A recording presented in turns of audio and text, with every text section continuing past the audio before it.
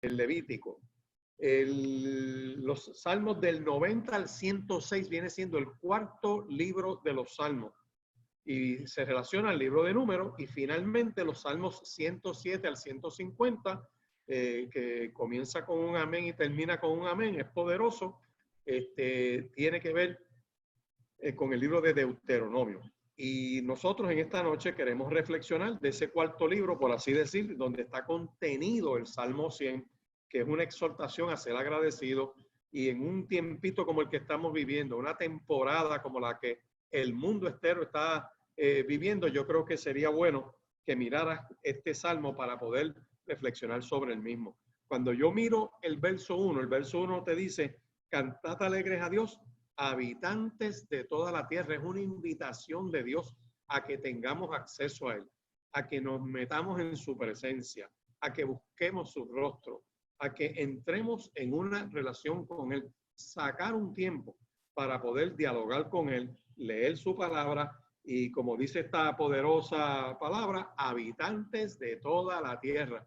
Aquí no se excluye a nadie, y es una invitación que se hace en este salmo a ser agradecidos al Señor. Es un salmo de alabanza, y yo te invito en esta hora a que tú entres en esa mentalidad de agradecerle a Dios, de entrar en su presencia, de buscar su rostro. ¿Y por qué damos gracias a Dios? Porque esa es la voluntad de Dios para con nosotros en Cristo Jesús. Así que nadie tiene excusa.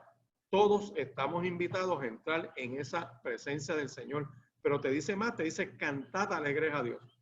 Y es bueno que tengamos una expresión de cántico delante de Él. Puedes tararearle algo, puedes hacerlo de una manera personal con Él. Y yo sé que eso te va a dar bendición, porque en el cántico se desata una bendición. En el cántico el cuerpo entra en un proceso de empezar a tener relajación, de empezar a tener descanso. La mente, el espíritu entran en otra dinámica, en otra dimensión de cercanía con Dios. Así que el Señor te está diciendo: cántame en esta hora, acércate. Tú que estás en esta tierra, tú que todavía tienes vida, que todavía tienes hálito de vida, puedes en esta hora entrar en esa presencia. Pero el verso 2, además de esa invitación, mira cómo dice ahí: servid a Jehová con alegría. Y esto es bien importante, porque servir a Dios es una manera de alabarlo, es una manera de expresarle nuestro agradecimiento, ¿verdad? Y este es un salmo que te dice: sirve a Dios con alegría. Me gusta mucho como el apóstol Pablo decía: sean imitadores de mí, así como yo de Cristo. Que tú puedas ser un ejemplo a otras personas, que tú puedas ser un ejemplo para que otras personas te imiten en lo que es tu relación con Dios, en lo que es el servicio a Dios. Y cuando yo voy a Colosenses capítulo 1, te invito a que vayas conmigo a Colosenses capítulo 1 y verso 12, que veas que sí que es posible servirle a Dios. En Colosenses capítulo 1 y verso 12 dice que, entre otras cosas, con gozo le damos gracias a Dios, que nos hizo aptos para participar de la herencia de los santos en luz. O sea que podemos servir a Dios porque nos hizo aptos, nos capacita, nos da, por así decir, la autoridad, nos da la habilidad, nos da su gracia para poder hacer lo que nos está convocando a hacer. Por tanto, tú le puedes servir a Dios si te pones en las manos de Él. Es bien importante que miremos que, como Él nos hizo aptos, es como dice en Corintios, Primera de Corintios 12:7, que a cada uno Dios nos dio manifestación del Espíritu para provecho. Así que le puedes servir a Dios porque Dios nos ha capacitado por medio de su Espíritu para hacer algo para Él. Pero hay algo más interesante también en este salmo, cuando nos dice que podemos servirle con alegría. ¿Por qué razón? Porque Colosenses capítulo 1, y te invito a que vayas un momento a Colosenses capítulo 1, tiene una expresión bien hermosa y bastante amplia. Cuando tú vas al capítulo 1, verso 11, lo primero es que yo puedo servirle a Dios. ¿Por qué? Porque Dios me fortalece con su poder. La iglesia la tenían esperando en Hechos capítulo 1. Estaban en un aposento. Dios les había dicho: vayan a Jerusalén y esperen allí a la manifestación del Espíritu y recibiréis poder. y me seréis testigos. En otras palabras, yo le puedo dar gracias a Dios y le puedo servir. ¿Por qué razón? Porque estoy fortalecido con su poder, conforme a la potencia de su gloria. Así que cada creyente, unido entre sí, compone el cuerpo de Cristo, que es la iglesia. Y esa iglesia tiene autoridad. Tú como creyente tienes autoridad, una designación de Dios. Tienes una representación legal, porque lo dice en 2 de Corintios. En 2 de Corintios nos dice bien claramente, dice, mira, nosotros somos embajadores de Cristo. Nosotros somos personas que estamos al servicio de Él. Y yo te invito en esta noche, en el nombre que es sobre todo nombre, a que tú agarres esta palabra de Colosenses capítulo 1 y digas, Señor, te doy gracias porque tú me fortaleces con tu poder. 2, le puedo dar gracias porque me hace apto, o sea, me capacita para poder servirle. 3, dice el verso 13, mira qué cosa más importante, Colosenses 1:13, que con gozo le puedes dar gracias a Dios. ¿Por qué? Porque no solamente me fortalece con su poder, no solamente me hace apto para participar de la herencia, sino que también me libra de la potestad de las tinieblas. ¿Y qué significa eso? Que nos libra del poder del enemigo, nos saca de las garras del diablo. Cuando nosotros pecamos y caímos de la gracia de Dios, dice en la Biblia que estábamos distanciados de Él por el pecado. El pecado trajo muerte, trae separación de Dios y por lo tanto Dios sale a nuestro encuentro y lo hace por medio de Jesucristo para que todo aquel que en Él cree no se pierda, mas tenga vida eterna. Y Colosenses 1:13, lo puedes mirar ahí en tu Biblia, te dice bien claro que el Señor nos libró de la potestad de las tinieblas. O sea, el pecado, el salario del pecado, nosotros no lo podíamos pagar. Por lo tanto, el único que lo podía pagar a precio de sangre era Cristo, derramando su sangre, dando su vida en la cruz del Calvario para pagar el precio del pecado y poder sacarnos a nosotros, por así decir, de la casa del empeño del infierno, del layaway que tenía el diablo sobre nuestras vidas. Por eso es que me gusta mucho en el lenguaje de Colosenses más adelante que dice que Cristo en la cruz del Calvario expuso las potestades en la cruz y nos libertó y pagó el precio en la cruz del Calvario. Por lo tanto, revocó los decretos de muerte y le quitó el poder al diablo. Así que otra razón para darle gracias al Señor en esta noche y decirle, Señor, yo te puedo servir, no solamente porque tú me has dado de tu poder, no solamente porque me capacitas y me has hecho apto, sino que también me has librado de la potestad de las tinieblas. Ya no le tengo que servir al diablo, ya no le tengo que servir al infierno, ya no le sirvo al príncipe de la potestad del aire ni de las tinieblas, porque he sido libertado por nuestro Señor y Salvador Jesucristo. Y mira cómo dice Colosenses 1:13, y trasladado al reino de su Hijo amado. Hemos salido de muerte a vida, espiritualmente hablando. Asimismo lo explica el libro de Efesios capítulo 2, y voy a darle una lectura a algunos de los versículos de ese capítulo 2 de Efesios, que Él nos dio vida, dice el verso 1, cuando estábamos muertos en delitos y pecados, y en los cuales anduvimos en otro tiempo, siguiendo la corriente de este mundo, conforme al príncipe de la potestad del aire, el espíritu que ahora opera en los hijos de desobediencia. Escucha bien, entre los cuales también todos nosotros estuvimos en otro tiempo en los deseos de nuestra carne, haciendo la voluntad de la carne y de los pensamientos, y éramos por naturaleza hijos de ira, lo mismo que los demás. Pero ¿cuál es la buena noticia? Pero Dios, que es rico en misericordia, por su gran amor con que nos amó, aun estando muertos en pecado, nos dio vida juntamente con Cristo, y juntamente con Él nos resucitó, y asimismo nos hizo sentar en los lugares celestiales con Cristo. Tienes mucho en esta noche para agarrar ese Salmo 100 y decirle, Señor, yo te puedo servir con alegría, porque la obra que Cristo hizo en mí, por su obra en la cruz del Calvario, ya tú sabes que te dio del poder de su gloria que te hizo apto, que te libró del poder de las tinieblas, que nos traslada al reino de su Hijo amado, en quien tenemos que redención por su sangre, el perdón de pecado. Así que podemos servir a Dios. Yo te invito en esta hora a que le creas a Dios, a que tomes esta palabra, que la tomes como lo que es, poderosa palabra de Dios, que entra como una espada y corta lo enfermo que pueda haber en nuestra vida. Si vas siguiendo este Salmo 100, que dice que todos están invitados, dice el verso 1. El verso 2 dice, toda esa gente le puede servir a Dios con alegría, porque Él es el que nos capacita a nosotros. Un gran ejemplo de todo esto puede ser uno de los apóstoles, que era Juan, uno de los pescadores, y todos los teólogos hoy en día, cuando se ponen a mirar y a escudriñar lo que escribe Juan, libro de Juan, que es un libro que habla del verbo encarnado, cuando narra el incidente de Juan el Bautista, que ve a Cristo venir, le dice, he ahí el Cordero de Dios que quita el pecado del mundo.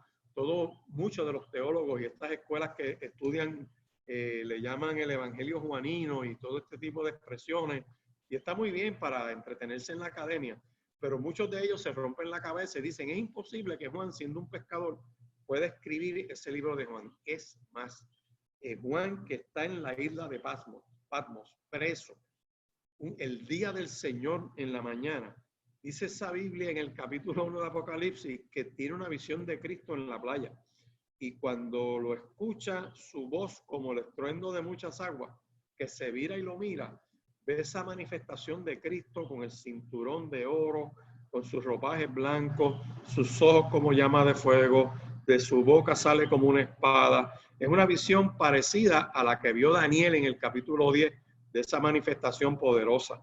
Y es interesante porque en el capítulo 4 aproximadamente de Apocalipsis le dicen, sube acá, y lo trepan a los cielos y le dan una visión de eternidad y de las cosas que van a pasar. Y llega hasta la Jerusalén celestial que desciende sobre esta tierra, cielo nuevo, tierra nueva. Todo eso lo vio Juan, con unas aplicaciones y unos textos y unas descripciones que dicen estos teólogos, mira, es imposible que Juan hubiese podido escribir esto. Y yo digo, bueno, lo que pasa es que ustedes no pueden entender que Juan fue transformado. Juan estuvo en el monte de la transfiguración.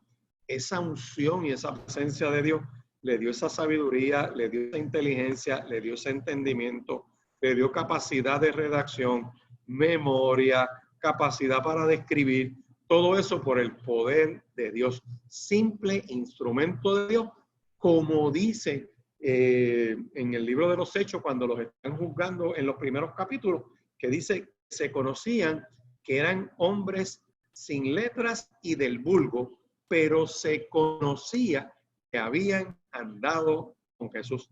Esos 3 años y medio aproximadamente, caminar con Cristo, transformó sus vidas. Y ese mismo Cristo que habita en todo aquel que cree por la obra del Espíritu Santo, también nos puede transformar.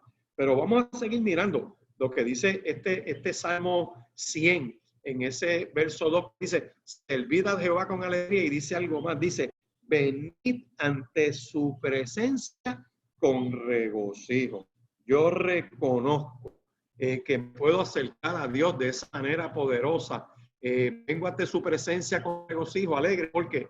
Porque como dice, creo que es el Salmo 16 por ahí, vamos a buscarlo, el verso 11 que dice, me mostrarás la senda de la vida, y en tu presencia hay plenitud de gozo, delicias a tu diestra para siempre. Puedo llegar a su presencia, ¿por qué?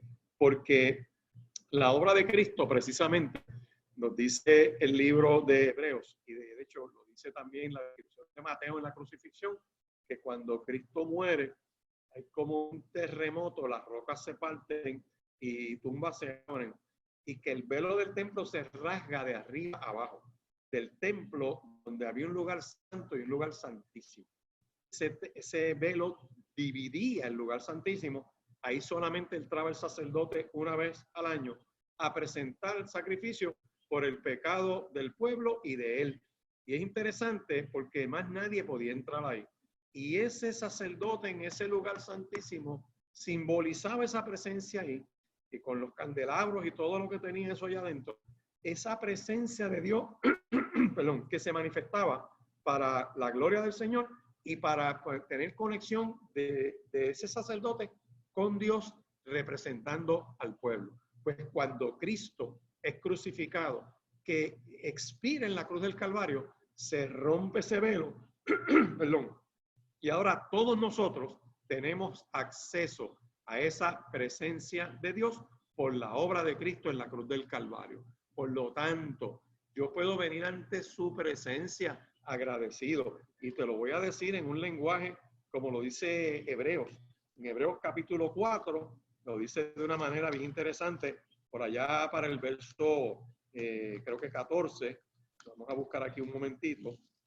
Hebreos capítulo 4, verso dice: por tanto, teniendo un gran sumo sacerdote que traspasó los cielos, Jesús, el Hijo de Dios, retengamos nuestra profesión, porque no tenemos un sumo sacerdote que no pueda compadecerse de nuestras debilidades, sino uno que fue tentado en todo según nuestra semejanza, pero sin pecado. Y escucha bien lo que dice el verso 16. Por lo tanto, tú y yo, dice, acerquémonos pues confiadamente al trono de la gracia para alcanzar misericordia y hallar gracia y oportuno socorro. Este libro de Hebreos es tremendo. Yo te invito a que por un momento busques por ahí en ese capítulo 8 de Hebreos y 9, porque dice que el punto, capítulo 8, verso 1, dice: ahora bien, el punto principal de lo que venimos diciendo es que tenemos tal sumo sacerdote, el cual se sentó a la diestra del trono de la majestad de los cielos, ministro del santuario, y de aquel verdadero tabernáculo que levantó Dios y no el hombre. Porque, y entonces explica del todo sumo sacerdote que hacía sacrificios y presentaba sacrificios para sí. Este sacerdote no tenía que presentar sacrificios para sí porque era sin pecado.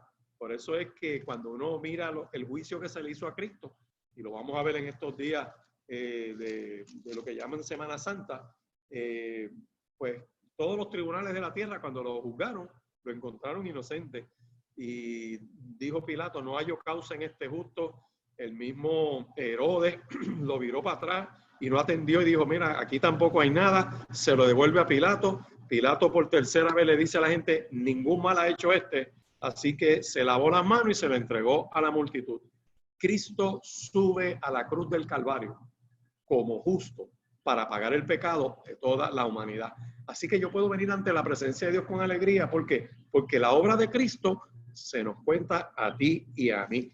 Pero dice este capítulo 9 de Hebreos, ¿verdad? Para mirar algo bien tremendo. El verso 14 dice: porque no entró Cristo en el santuario hecho de mano, figura del verdadero, sino en el cielo mismo para presentarse ahora por nosotros ante Dios. Cristo abrió el camino para meternos en esa presencia de Dios por la obra que Él hizo. Y no para ofrecerse muchas veces como entra el sumo sacerdote en el lugar santísimo cada año con sangre, sino que ese mismo Cristo, dice esta palabra poderosa, que entró de una vez y para siempre para pagar el pecado de toda la humanidad. Y al verso 28, Hebreos 9, dice: así también Cristo fue ofrecido una sola vez para llevar los pecados de muchos y aparecerá por segunda vez sin relación con el pecado para salvar a los que le esperan. Por eso puedo agarrarme de ese Salmo 100 donde dice: yo vengo ante la presencia de Dios con regocijo porque no dependo de mí. No es mi obra, no es mi esfuerzo, sino la obra de Cristo en mi favor, gracias a que Él pagó y se sacrificó por nosotros en la cruz del Calvario. Porque Él subió a la cruz, tú y yo no tuvimos que subir a esa cruz. Y por eso yo te invito a que sigas mirando esta palabra poderosa. Pero mira lo que sigue diciendo. Yo reconozco, después que voy a esa presencia de Dios, dice el verso 3 del Salmo 100, síguelo. Dice: reconoced que Jehová es Dios.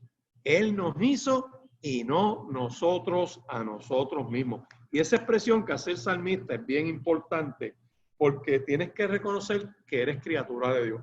Y yo lo digo y lo repito en muchas reflexiones en el Centro Cristiano Vida Abundante en Bayamón. Yo le digo al rebaño, mira, nadie nace por casualidad, nadie nació por error. Nosotros fuimos creados por Dios en Cristo Jesús para buenas obras, las cuales Dios preparó de antemano para que anduviésemos en ellas. Puedes ir al libro de Efesios un momento, capítulo 2, que lo hemos visto ya en esta noche en los primeros versos, y tú vas a ver en ese verso 10 que dice, eres hechura suya, creado en Cristo Jesús para buenas obras, las cuales Dios preparó de antemano para que anduviésemos en ellas. Así que tú no naciste por casualidad, tú eres obra de Dios. No solamente eso, no solamente Dios te hizo, dice este verso 10, dice que fuiste creado en Cristo Jesús para algo bueno, para buenas obras. Dios no te hizo para estar en problemas, para estar preso, para estar huyendo de la justicia. Dios no te hizo con un plan de que estés en desgracia, sino para buenas obras. Dios te hizo para algo bueno. O sea, tienes propósito en la vida. Y hay mucha gente que se rinde y se sienten descartados y se sienten defraudados por lo que otros han hecho. Enfócate en lo que Dios tiene contigo. Por eso me gusta esta palabra del Señor que dice, yo reconozco que Dios es Dios y que Él me hizo a mí. Y dice algo más, no solamente me hizo para algo bueno, sino que Dios lo preparó de antemano para que anduviésemos en ese camino de bien. Yo te invito en esta hora a que reflexiones, a que digas, Señor, yo hago de este salmo mi oración en esta hora. Yo te canto alegre porque tú has invitado a todos los habitantes de la tierra. Señor, yo vengo ante ti para servirte con alegría porque tú me has capacitado. Señor, yo vengo a tu presencia con regocijo porque la obra de Cristo me abrió el camino, rompió el velo.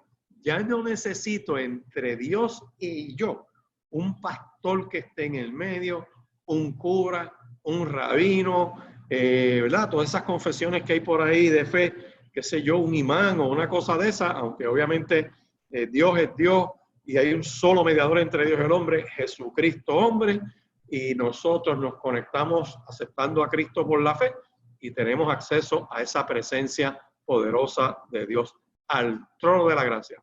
Como dice Hebreos capítulo 4, versos 14 al 16, y la obra de Cristo en la cruz del Calvario, que me dio acceso a esa presencia. Pero hay algo más interesante en esta narración donde me dice, mira, yo reconozco que Él me hizo, que tengo un propósito, pero si miro bien con calma ese verso 10, Cristo me hizo para algo bueno, o sea, soy obra de Dios, imagen y semejanza de Dios, como dice Génesis. Dios creó al hombre, varón y hembra los creó, y nos dio de su imagen y semejanza. Dios no se equivoca. Si Dios te hizo como eres y lo que eres, tú no puedes cambiar eso. Hay en esta época corriendo unas teorías que se originan en Génesis 3, en la serpiente, que reta todo lo que Dios hizo en el capítulo 1 y el capítulo 2. Si Dios te hizo hombre, tienes que ser hombre. No puedes tratar de ser mujer. Si Dios te hizo mujer, no puedes tratar de ser hombre, porque Dios es todopoderoso y Dios no se equivoca. Y por ahí están corriendo unas teorías diabólicas que las están usando precisamente para tratar de destruir la niñez en el mundo, romperle la identidad al ser humano y tratar de cambiar lo que Dios hizo. Es como le llaman la teoría del género, la perspectiva de género, la identidad de género, de gente que no sabe lo que son, saben lo que son, lo que tratan de ser es lo que no son. Génesis 1:27, varón y hembra los creó. Efesios 2:10 te dice que fuiste creado por Dios en Cristo Jesús, y en los atributos de Dios, Dios no se equivoca. Si Dios te hizo hombre, no puedes tratar de ser mujer, porque tratar de ser mujer es llevarle entonces la contraria a la obra que Dios hizo en ti. Así que apréciate como eres, disfruta la obra que Dios hizo contigo y cumple el propósito para el cual te envió a la faz de esta tierra. Reconoce que Dios es Dios, que no hay manera de poder hacer otra cosa distinta a salirnos de esa imagen de Dios. Cada ser humano tiene imagen y semejanza de Dios. Pero mira lo que dice este salmo también. No solamente me hizo, y yo no me hice yo mismo, sino que también soy su oveja. Dice, servir, dice, Él nos hizo, no nosotros a nosotros mismos, pueblo suyo somos, o sea, le pertenece, somos del pueblo de Dios, y ovejas de su prado. Y esa estampa me gusta mucho, porque cuando yo voy a la poderosa palabra de Dios, me gusta, por ejemplo, Marcos, capítulo 6, donde Cristo llega a un lugar y cuando llega, la gente lo sigue, reconocen quién es Él, se riega la voz y empiezan a buscarlo de todas las aldeas y hay una multitud. Cuando llega al lugar hay una multitud y dice, y cuando Él los vio, tuvo compasión de ellos, y escucha el lenguaje que dice, porque eran como ovejas que no tenían pastor. Y entonces ahí yo miro este salmo y digo, Señor, yo te doy gracias porque soy tu oveja. Te doy gracias porque soy pueblo tuyo. Y es bien importante porque esa metáfora o esa expresión de ser oveja de Él implica una relación de cuidado. Él cuida de nosotros. Dios tiene cuidado de nosotros. La oveja y el pastor tienen una relación tremenda. El pastor tiene que cuidar de esa oveja. Y esa estampa, cuando dice ahí que el Señor se compadece porque era como ovejas sin pastor, esas ovejas que están sin pastor no tienen protección, no tienen buen alimento, no tienen buenas aguas, pastos delicados, aguas de reposo, no tienen quien los defienda, porque el pastor anticipa el peligro que la oveja no ve y entonces toma acción para proteger al rebaño de sus bestias. Es interesante porque una de las deberes que tienen los pastores es cuidar y sanar a sus ovejas. Me gusta Marcos capítulo 6, verso 53. Por ahí esos versos que Jesús sale de esa multitud, sigue corriendo ese capítulo y dice que llegó a otro lugar y empezó a sanar la gente que había allí. Yo voy a buscar ese texto porque es bueno que lo busquemos un momento. Marcos capítulo 6, por ahí, verso 53, para mirar y leerlo y ver cómo el Señor se preocupaba por esas ovejas y los sanó. Es bien importante, capítulo 6 de Marcos. Vamos a buscarlo por aquí. Dice así, esta palabra poderosa. Dice, terminada la travesía, vinieron a la tierra de Genesaret y arribaron a la orilla. Y saliendo ellos de la barca, enseguida la gente les reconoce y recorriendo toda la tierra de alrededor, comenzaron a traer de todas partes enfermos en lechos a donde oían que él estaba. Y donde quiera que entraba, en aldeas, ciudades o campos, ponían en las calles a los que estaban enfermos y les rogaban que les dejase tocar siquiera el borde de su manto. Y todos los que le tocaban quedaban sanos. Es bien importante porque esto ocurre después del incidente de la mujer del flujo de sangre, que fue aquella que dice, si tampoco yo tocaré su manto, y se va detrás de él y agarra el manto y virtud, poder, sale de Cristo. Y es bien interesante porque ese testimonio se regó por toda la ciudad y por eso dice Marcos capítulo 6 que dice, estaban enfermos, les rogaban que los dejase tocar, aunque fuera el borde de su manto, dice, y todos los que le tocaban quedaban sanos.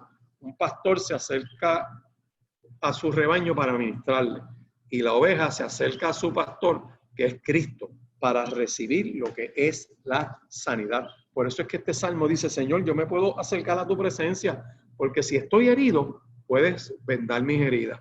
Yo me puedo acercar a tu presencia, porque si estoy extraviado, tú me vas a poner en el camino correcto. Señor, porque si estoy en medio de peligros, el pastor protege a su rebaño. Y por eso es que el salmista dice, mira, yo soy pueblo de él y soy oveja de su prado. Todas esas manifestaciones las vemos en ese Salmo 100 de poderle dar gracias a Dios. Pero hay algo también bien interesante. Mira cómo dice este verso 4 y quizás es algo que puedo repetir de lo que es esa presencia, que hay plenitud de gozo en esa presencia, pero dice ese verso 4, entro por las puertas con acción de gracia, por los atrios con alabanza, le alabo y bendigo su nombre.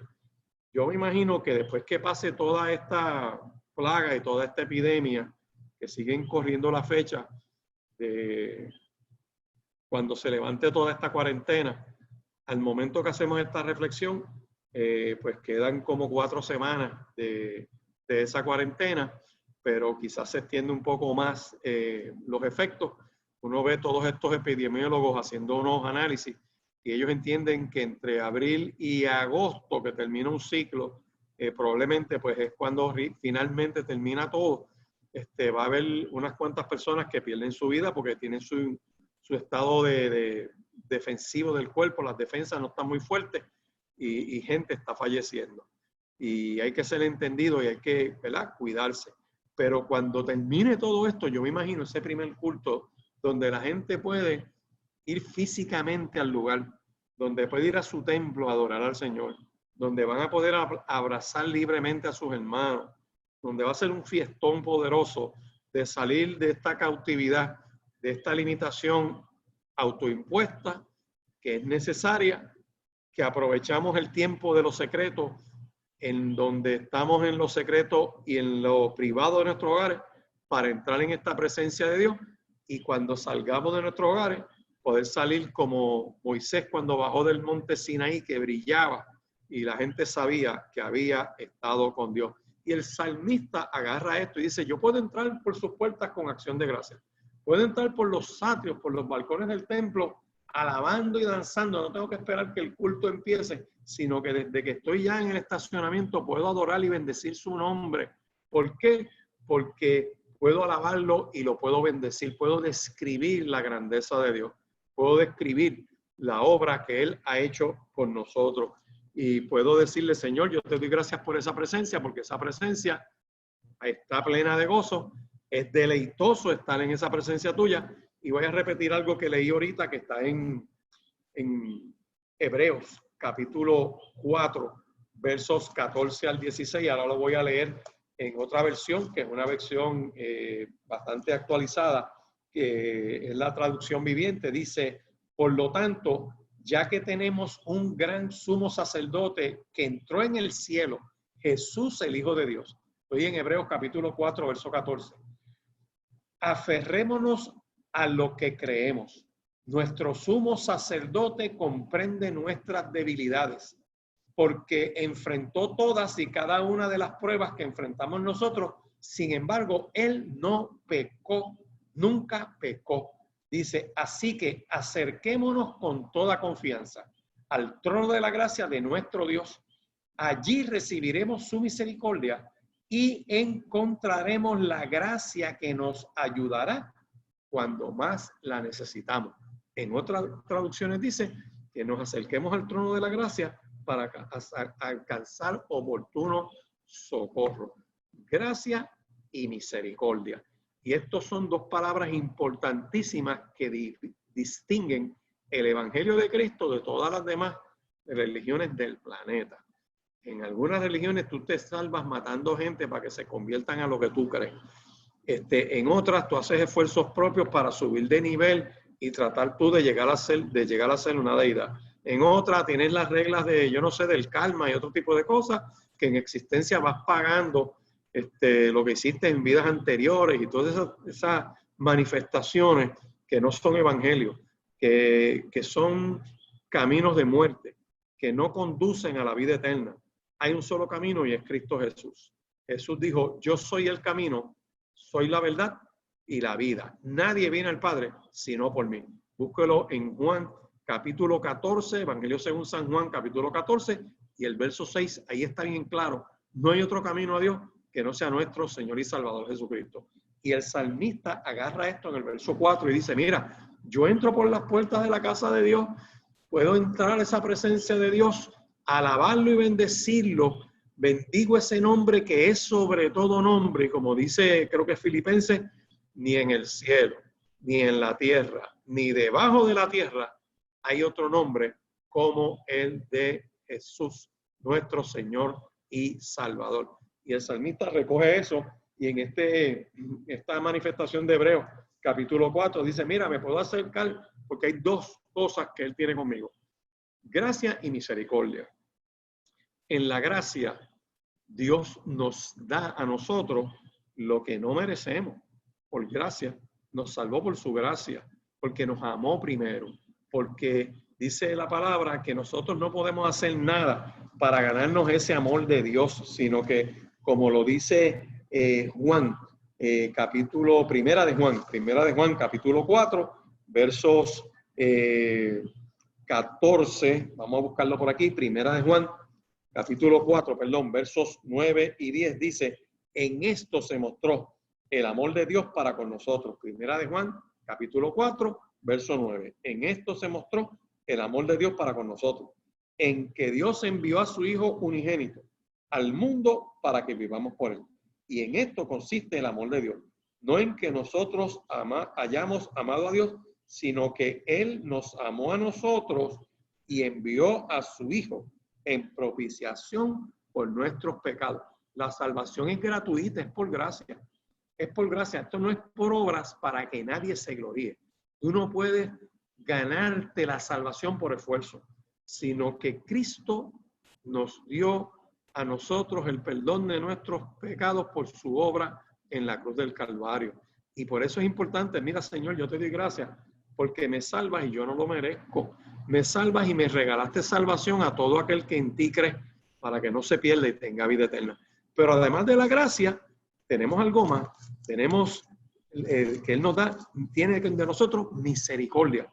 Pasa por su corazón nuestra miseria. Esa es una definición de misericordia. En otras palabras, no me da lo que yo merezco. Eso es tener misericordia.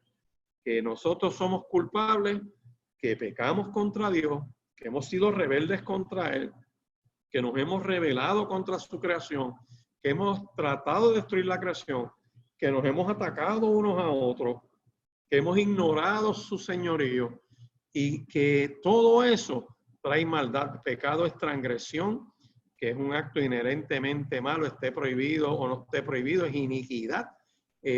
También transgresión es romper esa voluntad de Dios. La iniquidad es el acto inherentemente malo, esté prohibido o no. Rebelión es rebelarnos contra lo que Él ha establecido. Incredulidad, que es no creer a su veracidad divina. Todo eso es pecado, tiene muchas ramificaciones. De hecho, hay una expresión que dice que al que pudiendo hacer lo bueno y no lo hace, le es pecado. Y eso nos distancia de Dios. Y el único remedio para el pecado es la obra de Cristo en la cruz del Calvario, y todo aquel que en Él cree tiene entonces la misericordia de Dios, que no me paga lo que merezco, y su gracia, que me da lo que no merezco, que es la salvación. Una estampa poderosa está en el Calvario. Hay dos ladrones crucificados, Cristo está en el medio, y uno de esos ladrones, escuchando cuando Cristo habla de perdón, él agarra esa palabra y dice, eso es para mí. Yo no me lo merezco, pero yo le pido a Él que me perdone. Y es esa frase legendaria de ese hombre que su vida fue un desastre y le dice al Señor, acuérdate de mí cuando vengas en tu reino. Y es interesante porque Cristo ahí mismo le dice, por cuanto has creído, hoy estarás conmigo en el paraíso. De cierto te digo, hoy estarás conmigo en el paraíso. Algo que los testigos de Jehová nunca han podido entender, ni lo van a entender porque no lo quieren creer. Y la fe te deja llegar a donde la razón no te deja llegar. Y yo te invito en esta hora a que creas esta palabra poderosa. Y como el salmista hace un resumen de todo lo que viene corriendo a la luz de este salmo. Él dice, mira, yo le doy gracias a Dios porque todo el mundo está invitado, habitantes de toda la tierra. Le puedo servir con alegría porque Él me capacita para servirle. Puedo llegar a su presencia alegre porque no estaré en vergüenza en esa presencia, porque la obra de Cristo me rescató y me limpió y me salvó. Y yo pues soy pueblo, tengo identidad, ahora soy pueblo de Dios y soy una oveja. Él me alimenta. Puedo tener el pan de Dios. Pídele al Señor ese pan al cual tienen derecho los hijos de Dios, que es un pan de liberación, un pan que despeja los aires en tu casa, un pan que te liberta de las ataduras del enemigo. Pero dice algo más, dice al final, verso 5, dice, porque Jehová es bueno, para siempre su misericordia y su verdad por todas las generaciones. Este salmo cierra con 3 puntos poderosos para darle gracias a Dios. Uno, que Dios es bueno. Y cuando yo miro este Salmo 107, dice, dale gracias a Dios porque Él es bueno, porque su misericordia no se acaba. O sea que Él sigue dándote y dándote y dándote lo que no merece y sigue, no te está dando lo que ciertamente mereces por tu obra, que precisamente es el castigo. Así que misericordia y gracia es perpetua en esta manifestación en la que yo le doy gracias a Él porque es para siempre.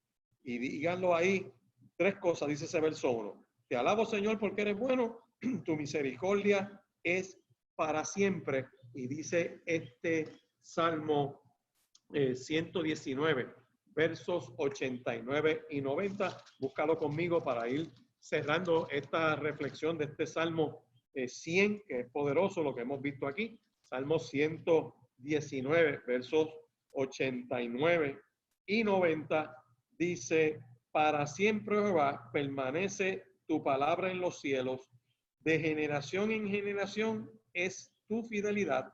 Tú afirmaste la tierra y subsiste. Esa obra poderosa de Dios. Yo le doy gracias a Dios porque es bueno, todo lo que Él ha hecho es bueno y quiere bendecir nuestras vidas y su misericordia no se acaba, es para siempre y su verdad que es de generación en generación. Yo te invito en esta hora a que le creas a Dios, a que agarres este salmo, a que lo hagas tu oración, a que lo hagas como una oración en los secretos de agradecimiento. Dile, Dios, yo te doy gracias por todo esto. Reflexiona y repasa esta palabra poderosa. Va a estar subida a las redes, el Centro Cristiano Vida Abundante. Lo vas a poder ver por no solamente Facebook, por YouTube y por la página de la iglesia ccvapr.com. Entras ahí y vas a poder reflexionar sobre el Salmo 100, repasándolo con tu Biblia. Y yo quiero cerrar este estudio de la palabra orando contigo. Padre, en el nombre de Jesús, te doy gracias porque tu palabra es perfecta, que convierte el alma. Te doy gracias porque este testimonio es fiel y hace sabio al sencillo. Que aquellos que sean expuestos a esta palabra, tú se la confirmes, dándole paz a la mente y al corazón, sanando a los enfermos y libertando a los cautivos. En el nombre de Jesús. Amén y amén. Dios te bendiga y Dios te guarde.